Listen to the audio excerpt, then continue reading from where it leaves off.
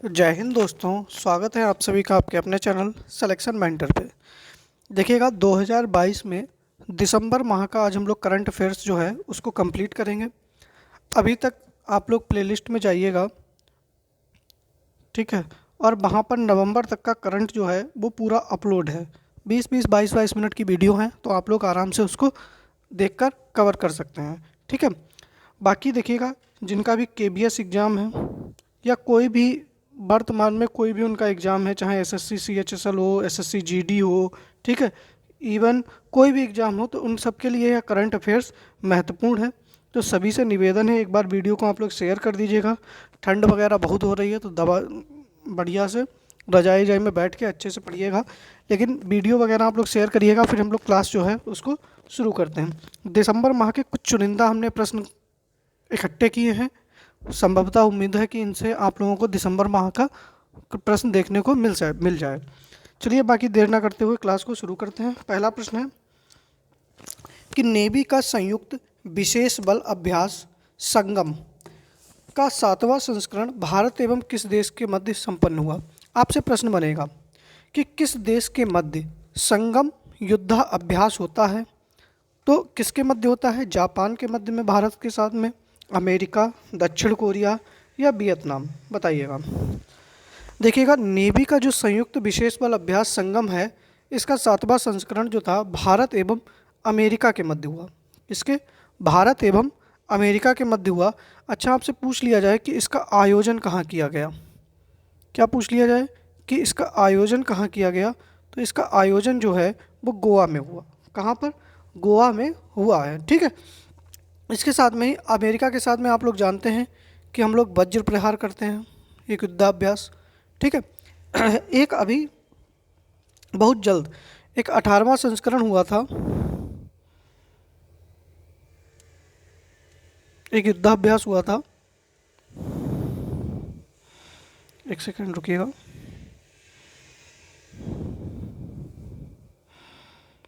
तो सही आंसर इसका अमेरिका हो जाएगा। बाकी वज्र प्रहार होता है, इसका आयोजन कहाँ हुआ था? संगम का गोवा में हुआ था, ठीक है। इसके साथ में ही एक याद रखिएगा, युद्ध अभ्यास 22। क्या नाम है इसका? युद्ध अभ्यास 22।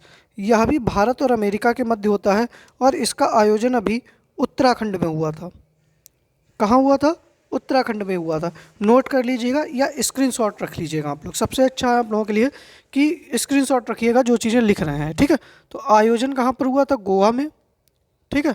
दूसरी चीज़ क्या है कि उत्तराखंड में युद्ध अभ्यास 22 का आयोजन हुआ था और ये भी किसके मध्य में है? भारत और अमेरिका के मध्य में है, ठीक है। चलिए आगे बढ़ते हैं अगले प्रश्न के ऊपर। दूसरा प्रश्न है कि विश्व भारत तोलन चैंपियनशिप 2022 का आयोजन कहाँ किया गया? कोलंबिया, फिलीपींस, उज्बेकिस्तान, इजराइल, बताइएगा सही आंसर क्या हो जाएगा। देखिएगा विश्व भारत तोलन चैंपियनशिप का आयोजन जो है वह कोलंबिया के बोगोटा में हुआ। कहाँ हुआ? कोलंबिया के बोगोटा में हुआ, मतलब कोलंबिया की राजधानी जो है बोगोटा, यहाँ पर हुआ। इसमें मीराबाई चानू, भारत की तरफ से कौन इसमें प्रतिभाग किया? तो मीराबाई चानू ने रजत पदक जीता। क्या जीता? रजत पदक जीता। अच्छा, तो इस विश्व भारत तोलन चैंपियनशिप में स्वर्ण पदक किसने जीता?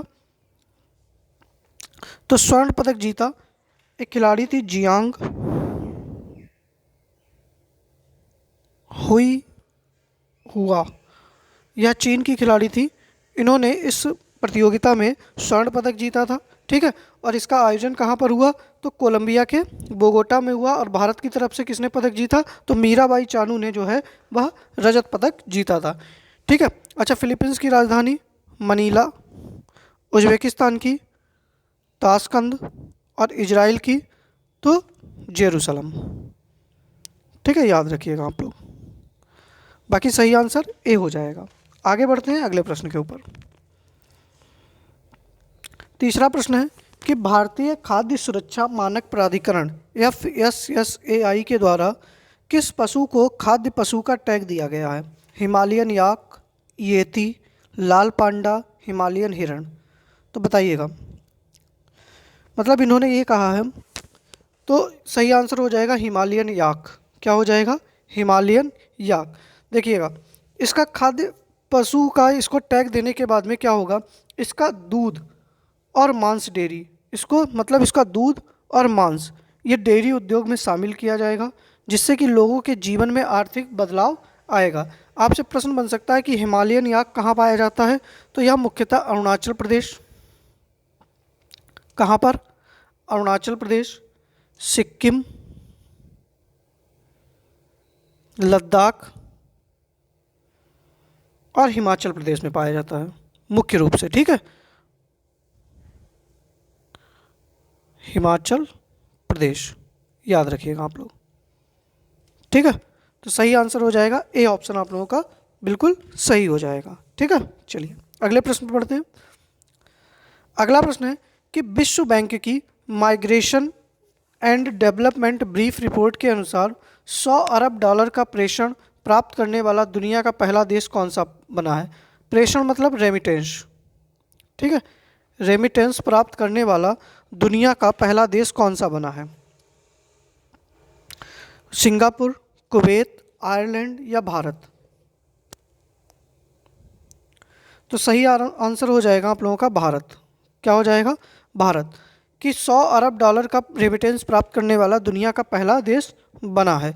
2021 की तुलना में 2021 की तुलना में 2022 में 12% रेमिटेंस की वृद्धि हुई। कितनी?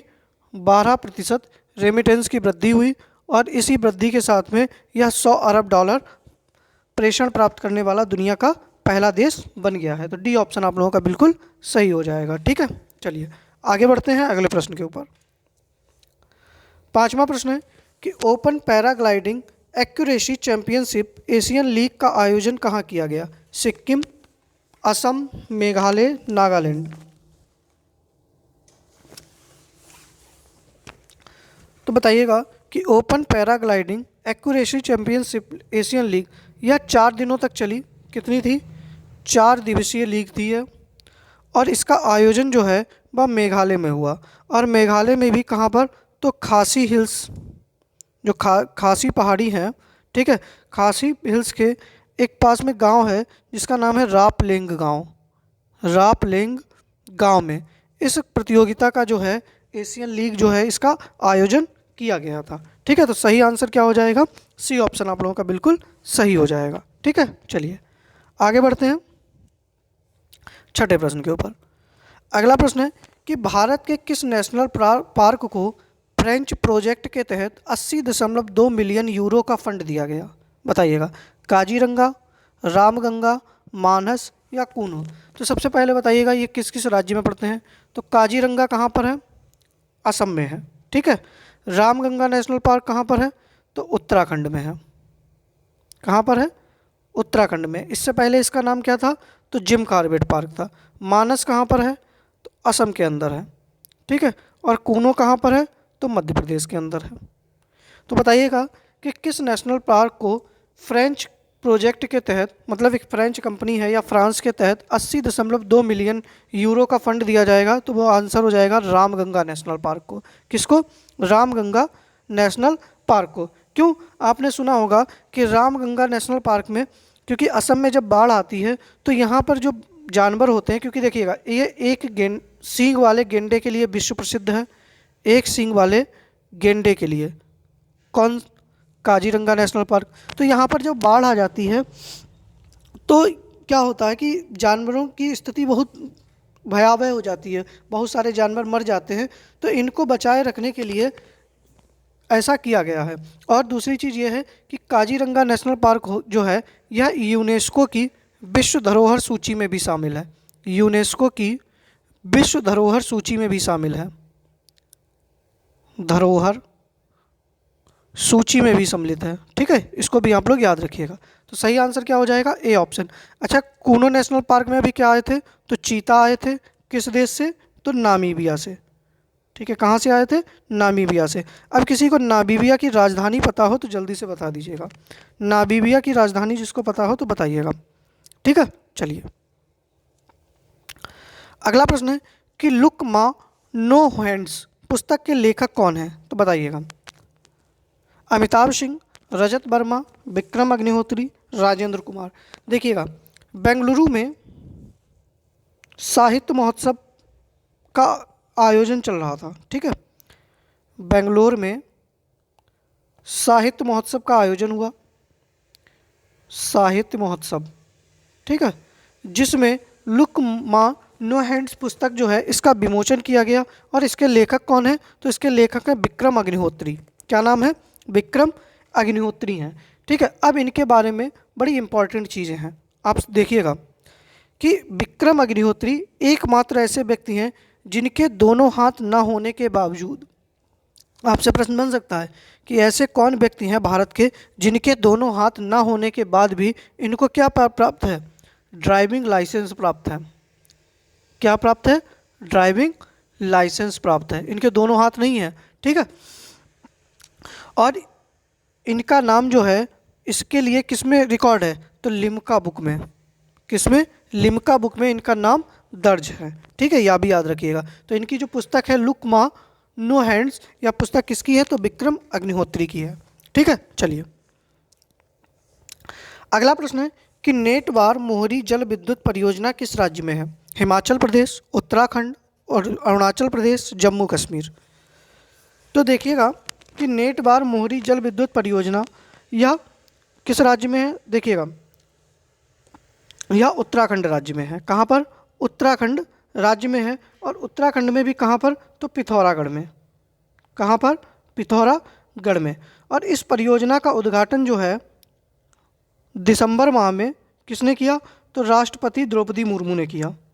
किसने किया, उद्घाटन राष्ट्रपति द्रौपदी मुर्मू ने किया। ये भी आप लोग याद रखिएगा, क्योंकि 8 और 9 दिसंबर 2 दिन के दो दिवसीय दौरे पर उत्तराखंड में दौरा किया, जहां पर इन्होंने इस परियोजना का जो है उसको उद्घाटन किया। और यहीं पर इन्होंने एक अल्मोड़ा में राजकीय मेडिकल कॉलेज उसका भी लोकार्पण किया है, ठीक है, याद रखिएगा। तो सही आंसर क्या हो जाएगा, तो बी ऑप्शन सही हो जाएगा, ठीक है। चलिए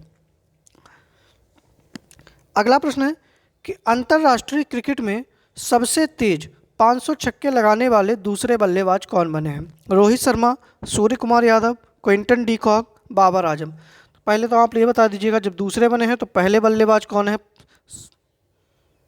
तो पहले बल्लेबाज कौन है, अंतर्राष्ट्रीय क्रिकेट में सबसे तेज 500 छक्के लगाने वाले पहले बल्लेबाज कौन है, तो हमारे क्रिस गेल। कौन है, क्रिस गेल। और यह किस देश के खिलाड़ी हैं, तो वेस्ट इंडीज।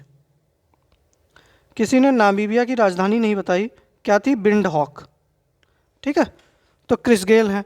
अच्छा, अंतर्राष्ट्रीय क्रिकेट में सबसे तेज 500 छक्के लगाने वाले दूसरे बल्लेबाज कौन बने हैं, तो रोहित शर्मा बने हैं। कौन, तो रोहित शर्मा बने हैं। तो सही आंसर क्या हो जाएगा, ए ऑप्शन आप लोगों का बिल्कुल सही हो जाएगा, ठीक है। चलिए आगे बढ़ते हैं अगले प्रश्न के ऊपर।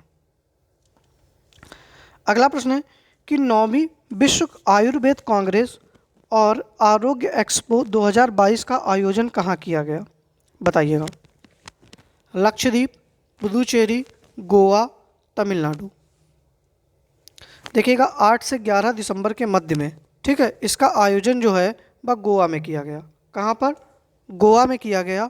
और अगर आपसे पूछा जाए कि इसका समापन किसने किया, क्या पूछ लिया जाए, तो समापन समारोह में प्रधानमंत्री जी इसमें सम्मिलित हुए थे। कौन, 11 दिसंबर को यह समाप्त हुई और प्रधानमंत्री जी ने इसका समापन समारोह में इसमें भाग लिया था, ठीक है। इसके बाद में जब प्रधानमंत्री जी ने समापन समारोह में भाग लिया तो इसके दौरान इन्होंने गोवा में क्या किया, तो गोवा में मोपा इंटरनेशनल एयरपोर्ट का उद्घाटन किया। याद रखिएगा, आपसे प्रश्न बन सकता है कि मोपा इंटरनेशनल एयरपोर्ट कहाँ पर है, तो गोवा के अंदर है, ठीक है, याद रखिएगा आप लोग। तो सही आंसर आप लोगों का क्या हो जाएगा, सी ऑप्शन बिल्कुल सही हो जाएगा। आगे बढ़ते हैं अगले प्रश्न के ऊपर। अगला प्रश्न है कि वियतनाम डिफेंस एक्सपो 2022 में वियतनाम के प्रधानमंत्री ने भारतीय पवेलियन का उद्घाटन किया। वर्तमान में वियतनाम में, ठीक है, वर्तमान में वियतनाम में, ठीक है, भारतीय राजदूत कौन है। मतलब आप लोगों से नॉर्मल प्रश्न पूछा गया है कि वियतनाम में भारत की तरफ से राजदूत कौन है? संजय भट्टाचार्य, राजीव मोहन, संदीप आर्य या आनंद गुप्ता? बताइएगा। तो देखिएगा वर्तमान में भारतीय राजदूत कौन है वहाँ पर? तो संदीप आर्य हैं। सी ऑप्शन आप लोगों का सही हो जाएगा। ठीक है, चलिए अब आप लोग बता दीजिएगा वियतनाम की राजधानी क्या है, बताइएगा। और वियतनाम के प्रधानमंत्री कौन है? क्योंकि देखिएगा आप लोगों से यहाँ पर वियतनाम के प्रधानमंत्री के बारे में बात की गई है, तो उनके प्रधानमंत्री का नाम भी आप लोगों को पता होना चाहिए। तो देखिएगा वियतनाम की राजधानी क्या है? तो हनोई है। क्या है? हनोई है। और यहाँ के इनके प्रधानमंत्री का क्या नाम है? तो फाम मिन चिन्ह, नाम देख लीजिएगा, फाम मिन चिन्ह। ठीक है, यह यहाँ के प्रधानमंत्री हैं। ठीक है, सही आंसर क्या हो जाएगा? सी ऑप्शन आप लोगों का बिल्कुल सही हो जाएगा। आगे बढ़ते हैं अगले प्रश्न के ऊपर। 12वां प्रश्न है कि आरबीआई के द्वारा रेपो रेट को 0.35% से बढ़ा दिया गया है। वर्तमान में भारत की रेपो रेट क्या है? 5.90, 6.25, 6.35 या 6.55? तो देखिएगा रिजर्व बैंक, तो देखिएगा आरबीआई की स्थापना जल्दी से बताइएगा 1935 में। ठीक है, राष्ट्रीयकरण 1949 में, पहले हेडक्वार्टर कलकत्ता में, अब हेडक्वार्टर कहाँ पर है? तो मुंबई के अंदर। ठीक है, वर्तमान में इसके गवर्नर तो शक्तिकांत दास, पहले गवर्नर ऑसबॉर्न स्मिथ। ठीक है, किस समिति की सिफारिश पर? यंग हिल्टन आयोग। ठीक है, सारी चीज़ें आप लोग याद रखिएगा। तो पहले आरबीआई की रेपो रेट थी 5.90, जिसको 0.35 से बढ़ाकर कितना कर दिया गया है? 6.25 कर दिया गया है। तो 12वें प्रश्न का बी आंसर आप लोगों का बिल्कुल सही हो जाएगा। ठीक है, चलिए आगे बढ़ते हैं अगले प्रश्न के ऊपर। अगला प्रश्न है कि नाग नदी प्रदूषण उपशमन परियोजना की आधारशिला प्रधानमंत्री जी ने कहाँ पर रखी? नैनीताल, पणजी, नागपुर या गोवा, सॉरी नई दिल्ली। देखिएगा प्रधानमंत्री जी ने जब 11 दिसंबर को गोवा का तथा महाराष्ट्र 2 राज्यों का दौरा किया, जिनमें इन्होंने गोवा में क्या किया? तो विश्व आयुर्वेद जो कांग्रेस का समापन समारोह था उसको संबोधित किया और मोपा एयरपोर्ट का उद्घाटन किया, तथा महाराष्ट्र के नागपुर में नाग नदी प्रदूषण उपशमन परियोजना की भी नींव रखी। ठीक है, याद रखिएगा आप लोग। तो सही आंसर क्या हो जाएगा? सी ऑप्शन आप लोगों का बिल्कुल सही हो जाएगा। आगे बढ़ते हैं अगले प्रश्न के ऊपर। 14वां प्रश्न है कि भारत तिब्बत मैत्रीय संघ पर्यटन उत्सव का आयोजन कहाँ किया गया? बताइएगा। लद्दाख, हिमाचल प्रदेश, सिक्किम, अरुणाचल प्रदेश? बताइएगा क्या हो जाएगा।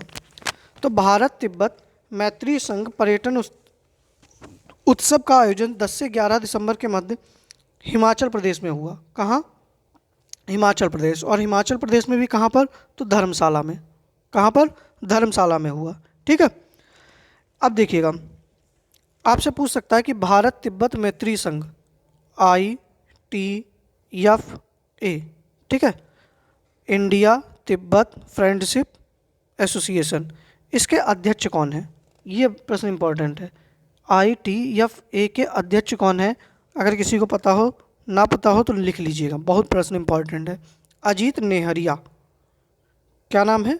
अजीत नेहरिया इसके अध्यक्ष हैं। ठीक है, चलिए सही आंसर हो जाएगा बी ऑप्शन आप लोगों का सही हो जाएगा। अच्छा, यह संघ कब से कार्य कर रहा है? तो 1995 से। कब से कार्य कर रहा है? तो 1995 से कार्य कर रहा है। ठीक है, चलिए अगला प्रश्न है कि 19वें द्विवार्षिक एशियाई कला का आयोजन कहाँ किया जा रहा है? बांग्लादेश, श्रीलंका, भूटान, भारत? देखिएगा ये 1 महीने तक चलने वाला कार्यक्रम है। ठीक है, तो इसका आयोजन जो है वो कहाँ किया जा रहा है? तो बांग्लादेश के अंदर। कहाँ पर? बांग्लादेश के अंदर। और इसका उद्घाटन किसने किया? तो बांग्लादेशी प्रधानमंत्री हैं कौन? शेख हसीना। शेख हसीना ने इसका क्या किया? उद्घाटन किया है। ठीक है, तो सही आंसर क्या हो जाएगा, ए ऑप्शन आप लोगों का बिल्कुल सही हो जाएगा। आगे बढ़ते हैं अगले प्रश्न के ऊपर। 16वां प्रश्न है कि universe health coverage day conclave 2022 का आयोजन कहाँ किया गया। देखिएगा, इसको भी दिसंबर माह में आयोजित किया गया। आगरा, लखनऊ, नोएडा या वाराणसी। तो इसका आयोजन जो है वाराणसी में हुआ। कहाँ हुआ, वाराणसी में हुआ। डी ऑप्शन सही हो जाएगा। अच्छा, किसके द्वारा इसका आयोजन किया गया, आयोजक कौन था, तो केंद्रीय स्वास्थ्य एवं परिवार कल्याण मंत्रालय के द्वारा इसको आयोजित किया गया। ठीक है, इसके साथ में यूनिवर्सल, ठीक है, हेल्थ कवरेज डे जो है वो 12 दिसंबर को मनाया जाता है। कब, 12 दिसंबर को मनाया जाता है। और इस कॉन्क्लेव का उद्घाटन जो है वह किसने किया था, तो उत्तर प्रदेश की राज्यपाल हैं आनंदीबेन पटेल।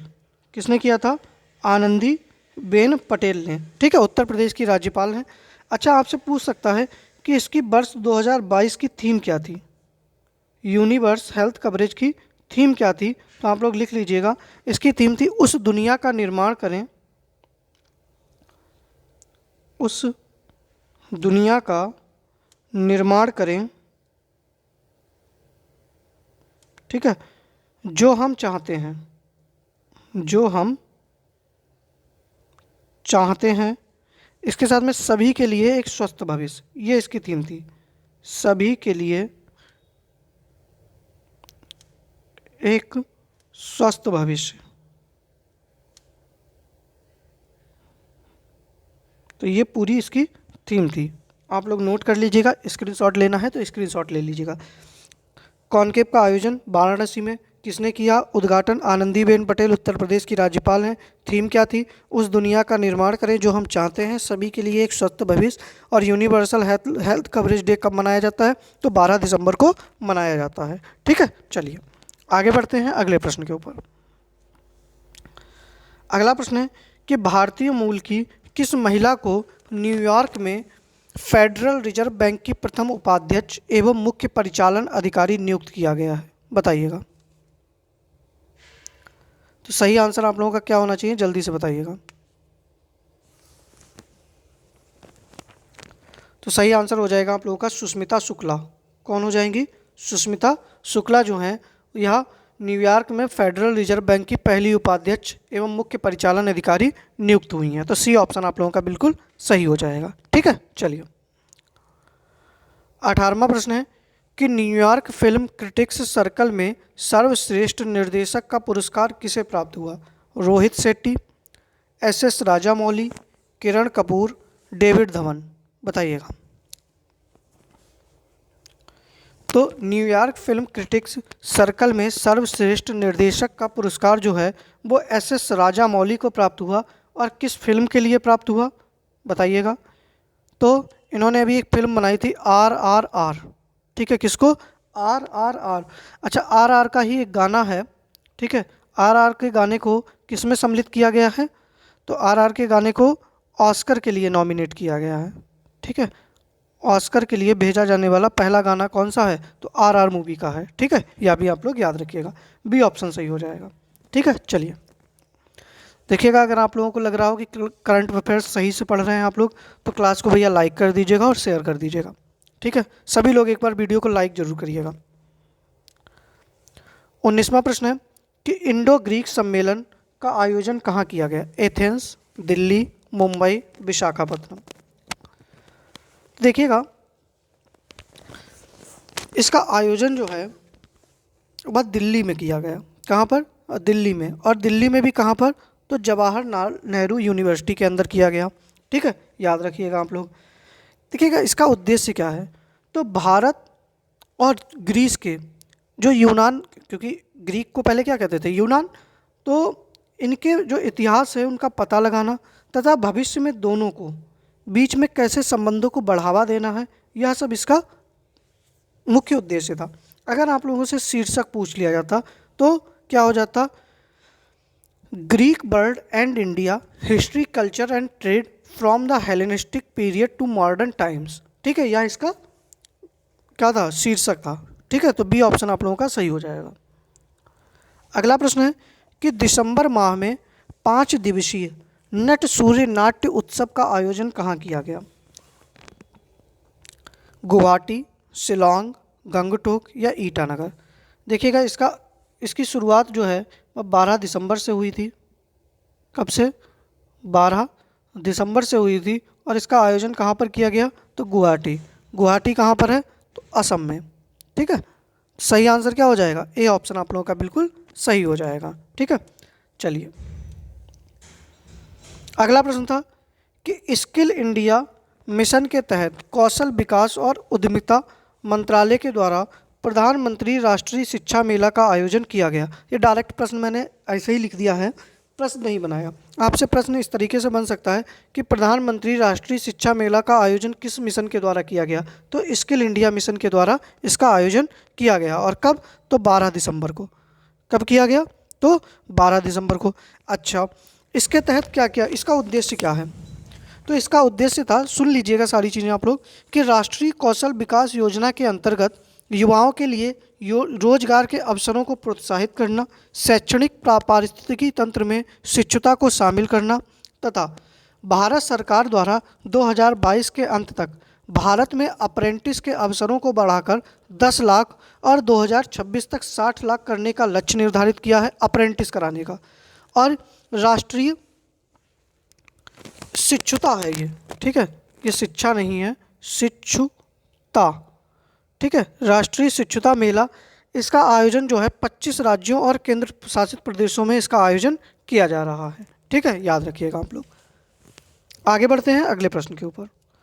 22वां प्रश्न है कि प्रत्येक वर्ष यूनिसेफ दिवस कब मनाया जाता है? 10 दिसंबर, 11 दिसंबर, 14 दिसंबर, 22 दिसंबर? बताइएगा। तो देखिएगा कि प्रत्येक वर्ष यूनिसेफ दिवस जो है वह 11 दिसंबर को मनाया जाता है। कब? 11 दिसंबर को मनाया जाता है, याद रखिएगा आप लोग। इस बार की थीम क्या थी? लिख लीजिएगा, इसकी थीम क्या थी? हेल्प चिल्ड्रन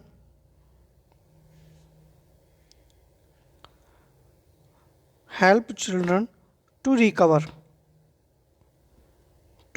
रिकवर, याद रखिएगा आप लोग। 10 दिसंबर को क्या मनाया जाता है? तो जल्दी से बताइएगा। तो मानवाधिकार दिवस। क्या मनाया जाता है?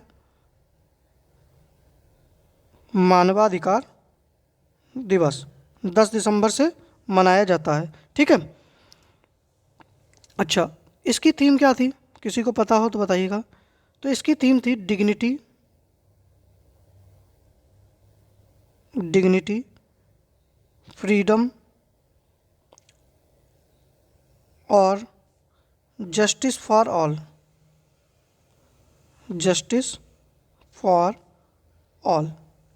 ठीक है, 14 दिसंबर को क्या मनाया जाता है? जल्दी से बताइएगा। किसी को पता हो कि 14 दिसंबर को कौन सा दिवस मनाया जाता है?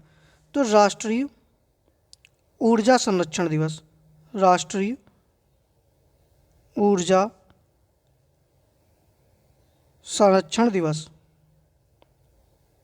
ठीक है, और 22 दिसंबर को तो राष्ट्रीय गणित दिवस। राष्ट्रीय गणित दिवस। ठीक है, तो राष्ट्रीय ऊर्जा संरक्षण दिवस 14 दिसंबर, राष्ट्रीय गणित दिवस 22 दिसंबर, यूनिसेफ दिवस 11 दिसंबर, मानवाधिकार दिवस 10 दिसंबर। ठीक है, चलिए सही आंसर बी हो जाएगा। आगे बढ़ते हैं अगले प्रश्न के ऊपर। अगला प्रश्न है कि भारत एवं कजाकिस्तान के मध्य संयुक्त सैन्य अभ्यास काजिंद। तो काजिंद किस किस के मध्य होता है? तो भारत और कजाकिस्तान। अब कजाकिस्तान की किसी को राजधानी पता हो तो जल्दी से कमेंट बॉक्स में लिख दीजिएगा। ठीक है, छठे संस्करण की शुरुआत कहाँ पर हुई? बताइएगा। जो काजिंद का छठा संस्करण है, इसकी शुरुआत कहाँ पर हुई? तो कहाँ पर हुई है भैया? तो मेघालय में। कहाँ पर? मेघालय। और मेघालय में भी एक स्थान है उमरोई। कहाँ पर? दिसंबर माह में उमरोई में इसका शुरुआत की गई। और यह कब तक चलेगा? तो 15 से 28 दिसंबर तक चला। यह युद्धाभ्यास जो है 15 से 28 दिसंबर तक चला है। ठीक है, सही आंसर क्या हो जाएगा? ए ऑप्शन बिल्कुल सही हो जाएगा। ठीक है, चलिए 24वां प्रश्न है किस 7वें वाटर इम्पैक्ट समिट का आयोजन कहाँ किया गया? उत्तराखंड, उत्तर प्रदेश, नई दिल्ली या राजस्थान? तो देखिएगा 7वें वाटर इम्पैक्ट समिट का आयोजन जो है वह नई दिल्ली में किया गया और इसका उद्घाटन किसने किया? तो केंद्रीय जल शक्ति मंत्री कौन है? गजेंद्र सिंह शेखावत। गजेंद्र सिंह शेखावत ने इसका उद्घाटन किया। ठीक है, इसका उद्देश्य क्या था? तो इसका उद्देश्य जो है कि नदी और जल निकायों को जीवंत बनाए रखने के लिए जल और पर्यावरणीय अवसंरचना के लिए विकास को गति प्रदान करना। और इसका विषय क्या था, मतलब थीम क्या थी? कि एक बड़ी घाटियों में छोटी नदियों का जीर्णोद्धार और संरक्षण। ठीक है, सही आंसर क्या हो जाएगा? इसका आयोजन दिल्ली में हुआ और किसने किया? गजेंद्र सिंह शेखावत ने किया। कब से कब तक? तो 15 से 17 दिसंबर के मध्य में इसका आयोजन होता है। ठीक है, चलिए अगला प्रश्न था। अब देखिएगा, मैंने इसमें भी आप लोगों को प्रश्न नहीं बनाया है, डायरेक्ट लिखा है। जैसे आपसे पूछा जाएगी कि राष्ट्रीय ऊर्जा दक्षता नवाचार पुरस्कार 2022 से किसे सम्मानित किया गया? तो विक्रम साराभाई अंतरिक्ष केंद्र। किसको किया गया?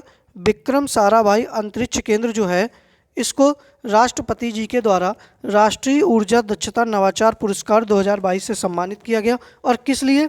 तो अंतरिक्ष परिवहन के लिए हाइब्रिड कैपेसिटी बैटरी के लिए इन्होंने क्या किया है कि हाइब्रिड कैपेसिटी बैटरी जो अंतरिक्ष में परिवहन के लिए बनाई गई हैं, इसके लिए विक्रम साराभाई अंतरिक्ष केंद्र को राष्ट्रीय ऊर्जा दक्षता नवाचार पुरस्कार से सम्मानित किया गया है। चलिए, अब आप लोगों में से किसी को पता हो कि इसरो का हेडक्वार्टर कहाँ पर है और इसरो के वर्तमान में चेयरमैन कौन है?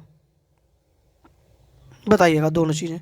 इसरो के चेयरमैन कौन है और हेडक्वार्टर कहाँ पर है? तो हेडक्वार्टर तो है बेंगलोर में, चेयरमैन बता दीजिएगा आप लोग। ठीक है, चलिए आगे बढ़ते हैं अगले प्रश्न के ऊपर। अगला प्रश्न है कि देश की पहली इंटरकॉन्टिनेंटल बैलिस्टिक मिसाइल का सफल परीक्षण किया गया, इसका नाम क्या है? देखिएगा, बताइएगा। पहली इंटरकॉन्टिनेंटल मिसाइल, देश की पहली इंटरकॉन्टिनेंटल मिसाइल है जिसका निर्माण किसने किया है? आप लोग तब तक नाम बताइएगा। DRDO तथा BDL, भारत डायनेमिक्स लिमिटेड ने इसको बनाया है, दोनों ने मिलकर। और यह आवाज़ की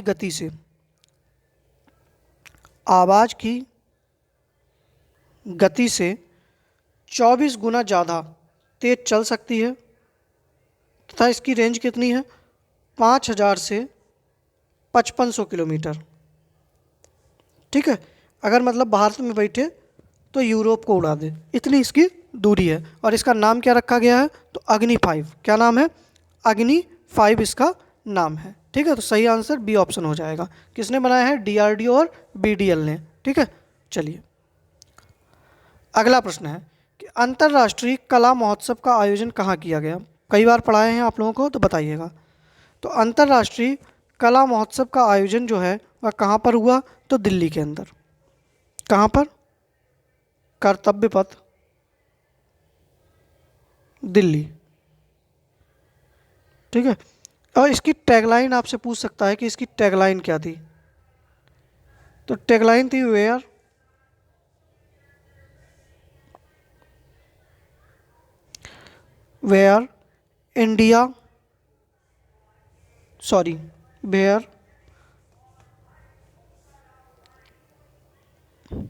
भारत मीट्स इंडिया, ये इसकी थीम थी। वेयर भारत मीट्स इंडिया, यह इसकी टैगलाइन थी। इसको भी आप लोग याद रखिएगा। ठीक है, आयोजन इसका किसने किया था, मतलब आयोजक कौन था? तो संस्कृति मंत्रालय। कौन था? संस्कृति मंत्रालय। ठीक है, चलिए आगे बढ़ते हैं अगले प्रश्न के ऊपर। अगला प्रश्न है कि मीडिया एनालिसिस कंपनी यूनिसेप्टा, क्या नाम है? यूनिसेप्टा के डाटा के अनुसार विश्व एथलेटिक्स के लिए वैश्विक रुचि सूची में शीर्ष स्थान पर कौन रहा? उसेन बोल्ट, हिमा दास, नीरज चोपड़ा या इनमें से कोई नहीं? देखिए, ये मैंने आप लोगों को पढ़ाया था कि अंतरिक्ष में पहला वैश्विक जल सर्वेक्षण किस कंपनी ने जारी किया? तो नासा ने। मैंने आपको हॉकी वर्ल्ड कप के बारे में बताया था कि हॉकी वर्ल्ड कप का आयोजन 2023 में जनवरी माह में कहाँ किया जाएगा? तो उड़ीसा में किया जाएगा। ठीक है, तो देखिएगा वैश्विक रुचि में शीर्ष स्थान पर कौन है? तो भारत के नीरज चोपड़ा है। पिछली बार कौन थे? तो उसेन बोल्ट थे। कौन थे? उसेन बोल्ट थे।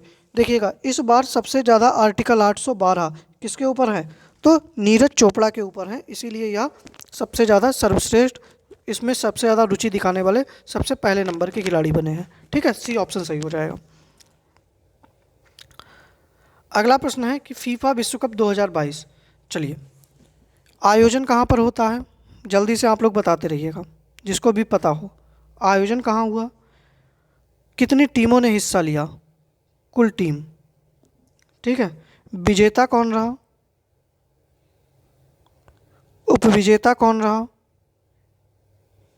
एक ही बार में देखिए मैं लिखा दूंगा सारी चीज़ें, ठीक है, या स्क्रीनशॉट आप लोग ले लीजिएगा। गोल्डन बॉल का अवार्ड किसको मिला?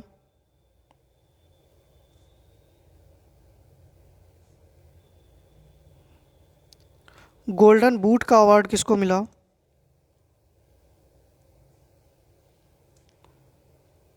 Golden boot award. ठीक है, चलिए इसके साथ में आप लोग बताइएगा कि गोल्डन ग्लव्स अवार्ड किसको मिला? Golden gloves award. ठीक है, इसके साथ में बेस्ट यंग प्लेयर अवार्ड किसको मिला? Best young player award. ठीक है, और फीफा फेयर प्ले अवार्ड किसको मिला? FIFA fair play award. ठीक है, इसके साथ में इसका शुभंकर क्या था? क्या था शुभंकर, क्या था इसका? ठीक है, चलिए बताइएगा, जिसको जो आंसर पता हो तो वो एक बार बताइएगा। देखिएगा आयोजन इसका कहाँ पर हुआ है? तो कतर में हुआ। लिख लीजिएगा सारी चीज़ें, कतर में हुआ। कब? 20 नवंबर 2022 से 18 दिसंबर 2022 तक। कुल कितनी टीमों ने हिस्सा लिया? तो 32 टीमों ने। विजेता कौन रहा है? तो अर्जेंटीना। कौन रहा है? अर्जेंटीना रहा है। कौन किसको हराकर जीता? तो फ्रांस। फ्रांस उपविजेता रहा है। गोल्डन बॉल का अवार्ड किसको मिला? तो मेसी को मिला। लियोनेल मेसी जो कि अर्जेंटीना के खिलाड़ी हैं, इनको मिला है। ठीक है, अच्छा गोल्डन बूट का अवार्ड किसको मिला? तो किलियन एम्बापे को। किलियन एम्बापे को मिला। शुभंकर क्या था? तो शुभंकर था लाइव। क्या था? लाइव। लाइव एक अरबी शब्द है जिसका अर्थ होता है कि विशेष क्षमता वाला या विशेष गुण वाला खिलाड़ी। फीफा फेयर प्ले अवार्ड किसको मिला? तो इंग्लैंड को। किसको मिला? इंग्लैंड को। गोल्डन ग्लव्स अवार्ड किसको मिला है? तो एमिलियानो मार्टिनेज। किसको मिला है?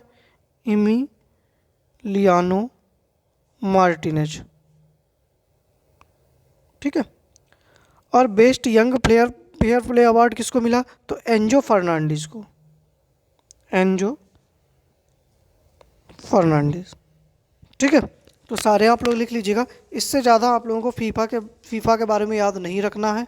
ठीक है, इन्हीं में से कोई ना कोई प्रश्न आप लोगों को देखने को मिल जाएगा। ठीक है, चलिए स्क्रीनशॉट ले लीजिएगा जल्दी से। आगे बढ़ते हैं अगले प्रश्न के ऊपर। उम्मीद करते हैं कि स्क्रीनशॉट ले लिया होगा आप सभी ने। चलिए अगला प्रश्न है कि federation international federation of hockey women's nations cup 2022 का विजेता कौन रहा? बताइएगा। तो किसने? तो इस बार भारतीय महिला हॉकी टीम ने स्पेन की टीम को हराकर जीत लिया। क्या? FIH वुमेन्स नेशन कप किसने जीता? भारत ने। उपविजेता कौन रहा है? तो स्पेन रहा है, याद रखिएगा आप लोग। इसी के साथ में आयोजन कहाँ पर हुआ इसका? तो आयोजन भी इसका स्पेन में ही हुआ।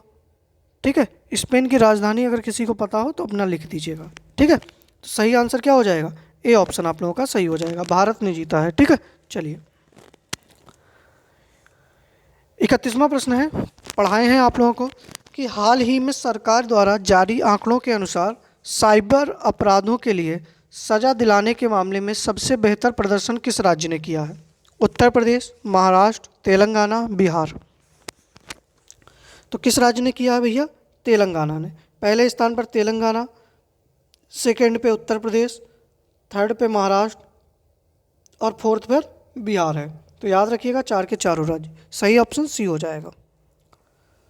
32वां प्रश्न है कि ब्लाइंड T20 वर्ल्ड कप 2022 का खिताब किसने जीता? चलिए, ये भी पढ़ाया मैंने।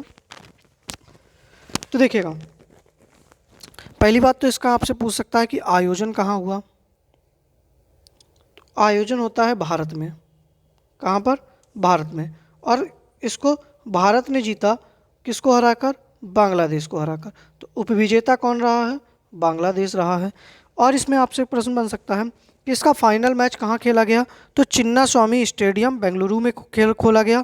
अच्छा, इस ब्लाइंड T20 वर्ल्ड कप के ब्रांड एम्बेसडर कौन थे? जल्दी से बताइएगा, इसके ब्रांड एम्बेसडर कौन थे? तो इसके ब्रांड एम्बेसडर थे युवराज सिंह। कौन थे? युवराज सिंह, जिनकी आत्मकथा का क्या नाम है कि the test of my life. ठीक है, चलिए आगे बढ़ते हैं अगले प्रश्न के ऊपर। सी ऑप्शन सही हो जाएगा।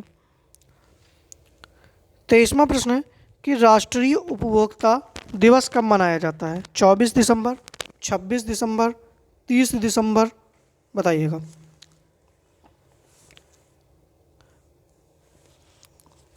तो देखिएगा 24 दिसंबर को राष्ट्रीय उपभोक्ता दिवस मनाया जाता है। और इस बार इसकी थीम क्या थी? तो फेयर, डिजिटल, फाइनेंस। लिख लीजिएगा, फेयर, डिजिटल, फाइनेंस इसकी थीम थी। ठीक है। अच्छा, 26 दिसंबर को क्या मनाया जाता है? तो वीर बाल दिवस। क्या मनाया जाता है? वीर बाल दिवस। 25 दिसंबर को सुशासन दिवस। क्या मनाया जाता है? सुशासन दिवस मनाया जाता है। ठीक है, तो याद रखिएगा आप लोग। अच्छा, वीर बाल दिवस क्यों मनाते हैं हम लोग? तो सिख गुरु जो थे गुरु गोविंद सिंह जी, ठीक है, उनके जो 4 पुत्र थे उनकी शहादत के सम्मान में, ठीक है, यह वीर बाल दिवस मनाया जाता है। ठीक है, चलिए आगे बढ़ते हैं अगले प्रश्न के ऊपर। अगला प्रश्न है कि लोअर महोत्सव कहाँ मनाया जाता है? बताइएगा। तो देखिएगा, यह मुख्य रूप से जो तिब्बती न्यू ईयर होता है उसके रूप में मनाया जाता है बौद्ध लोगों के द्वारा। तो इसको मनाया जाता है भारत में ज़्यादातर लद्दाख के क्षेत्र में। तो सही आंसर आप लोगों का क्या हो जाएगा? लद्दाख हो जाएगा। ठीक है, चलिए अगला प्रश्न है कि राइट टू रिपेयर पोर्टल किसके द्वारा लॉन्च किया गया? डायरेक्ट प्रश्न बनेगा कि राइट टू रिपेयर पोर्टल किस मंत्रालय के द्वारा लॉन्च किया गया? तो केंद्रीय खाद्य एवं उपभोक्ता मंत्रालय के द्वारा लॉन्च किया गया। और इसके लॉन्च जो है, इसका उद्घाटन किसने किया? तो उद्घाटन किया था पीयूष गोयल ने। किसने? केंद्रीय खाद्य एवं उपभोक्ता मामले के मंत्रालय के मंत्री कौन है? पीयूष गोयल। इन्होंने इसका उद्घाटन किया था। ठीक है, ये भी आप लोग याद रखिएगा। चलिए देखिएगा, कुछ इंपॉर्टेंट प्रश्न थे। उम्मीद कर रहे हैं कि आप लोगों को क्लास पसंद आई होगी।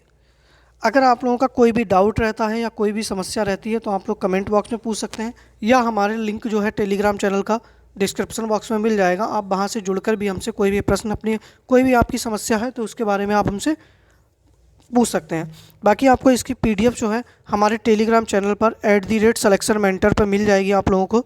तो आप लोग वहाँ से जुड़कर इसकी PDF को प्राप्त कर सकते हैं। ठीक है, बाकी मिलते हैं कल शाम को 7 बजे वाली क्लास में। ठीक है, जय हिंद।